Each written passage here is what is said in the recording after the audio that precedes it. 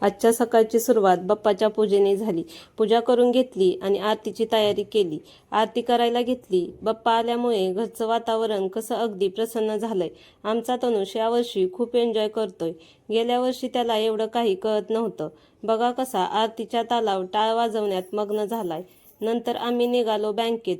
ठाण्याला आलोयच तर म्हटलं बँकेतलं पण काम आटपून घ्यावं.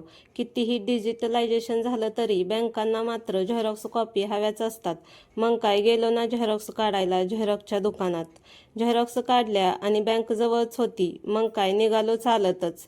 महानगरपालिकेने जागोजागी अशा कृत्रिम तलावांची बाप्पांच्या विसर्जनासाठी व्यवस्था केली आहे. छोट्या बाप्पांच्या मूर्तीचे विसर्जन या ठिकाणी केलं जातं. सोबतच निर्मल्य देखील वेगळं गोळा केलं जातं. अतिशय स्तुत्य असा हा उपक्रम महानगरपालिकेकडून राबवला जात आहे.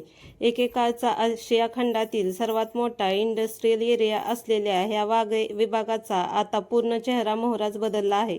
कंपन्या निघून गेल्या आणि त्या जागी अशा गगनचुंबी इमारती उभ्या राहिल्या आहेत. हे काय मला माहीत नव्हतं बरं का. तनुच्या पप्पांनी चालता चालता त्यांच्या बालपणीच्या आठवणींना उजाळा दिला.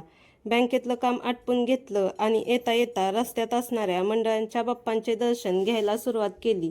तुम्हाला तर माहीतच आहे मंडळाच्या बाप्पांच्या मूर्त्या किती मोठ्या असतात.